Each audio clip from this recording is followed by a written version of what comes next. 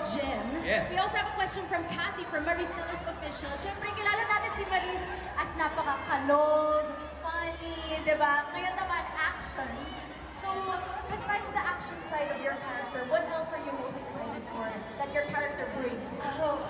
Excited ako sa mga, dahil my character here is actually a spy. So, she shapeshifts, she changes her appearance, she speaks so many languages, so excited ako gawin yung mga eksena na yun and to infiltrate groups for the sake of our mission. Oh my gosh, medyo curious na ako. Did you take language Well, classes? there's one na nag-aral ako on the spot. I had to talk to a bunch of very nice Italians. So, tinuruan nila ako magsalita ng Italian. So, kung excited ako sa Italy, makakinig Italian. May basic Italian ba dyan na naalala?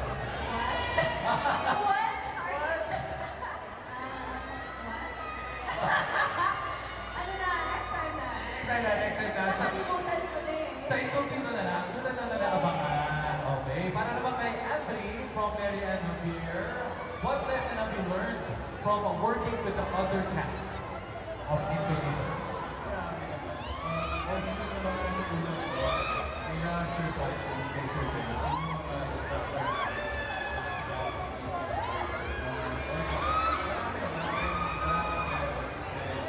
Siyempre, hindi ka nagagalit.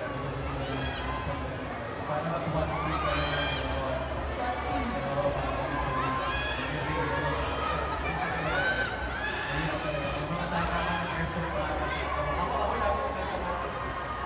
Target, paborito. Sabi nga nila dyan, di ba, physical? Physical talaga. Pero masaya kasi natutulungan ko siya, nakakuha ko siya, hindi ko kaya ko siya gamitin mo. Ever naman. Okay. Depende sa akin siya. Hey, basta mag-aan mo dito sa... Charot. Okay, so syempre, Anthony, you talked about yung mga learnings na natutunan mo dito sa show. Could you also talk to us about, on a scale of 1 to 10, ito, galing kay Julia Nicole, on a scale of 1 to 10, how would you rate yung growth mo as an actor dito sa King Kong Pinto? And why? O, di ba may and why? Mga 8? Bakit? Big show siya. So, dami namin maraming stars. First time ko, makapasok sa mga show. So, yun na yun, kita ko siya. Marami pa ako katulog. Thank you, Anthony. Ngayon naman for Richard from Mega Villanea. Richard, what makes your role as Jose Bonifacio different from your previous action roles? What makes him different? Well, every character naman you try to portray is different persona that you can portray as an actor. It's the first time na I'm playing actually a military man na very bold and very good. And basta iba, especially for Iron Man. That's my great area in Follow-up question, Richard. Ano naman ang pinaka-challenging experience while doing this part? Challenging, pinaka-challenging.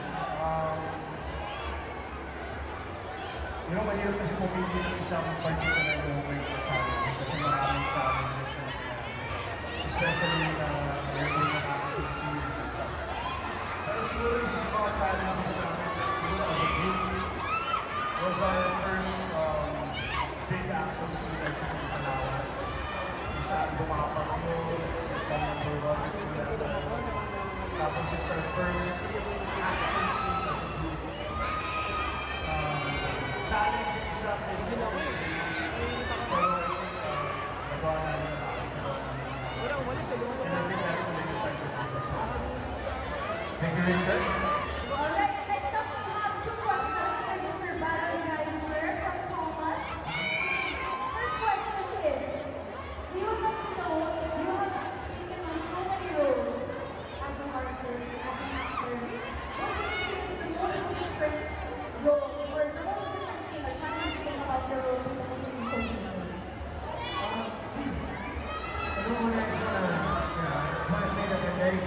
starting in the studio features. And for the cast, we're giving you this opportunity to work with the best of the best. The most challenging, I think, is sobrang dami. My character is like a sniper, surgeon, doctor. So, very difficult to the science of the character. Yung mga characters before, yung mga actions of power!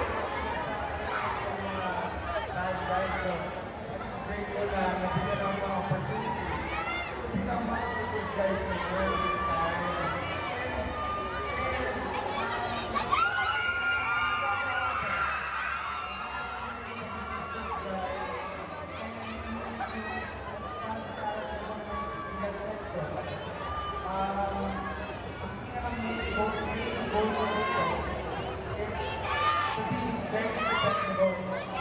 Kasi meron na magugulang siya sa Abangan niyo, abangan na lang, abangan. Ito yung sa speech na yung goal niya is to be the hero. Oo. Of the character.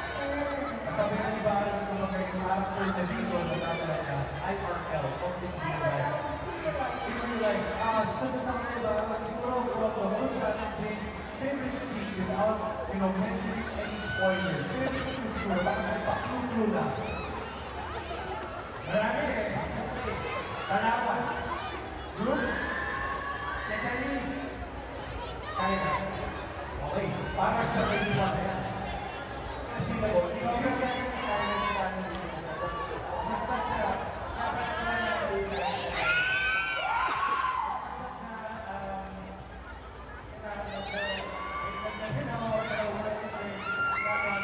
very young, yet very passionate.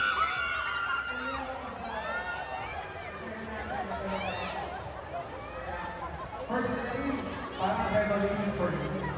Kaya is like, We all know naman na Yes, yes. Yes. Pero yung working with her na harap-harap sa bangkat, different before and afterwards, and sobrang big scene. Wow. Parang mag-break out the investors. Thank you, Baron. Question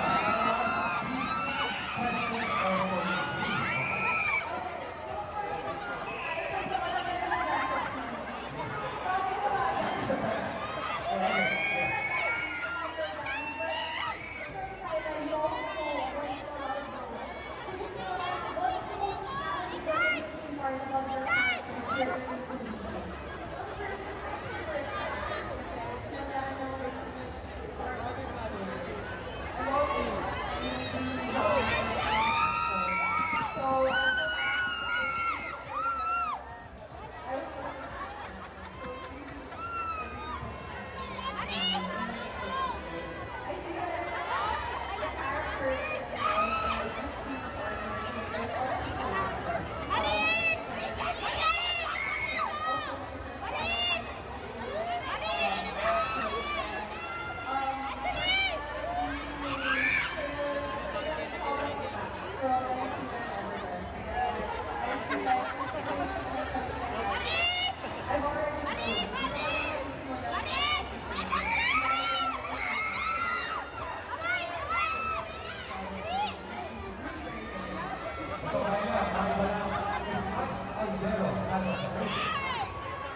Pero daw playlist sa Max Albero, ano daw ang top song?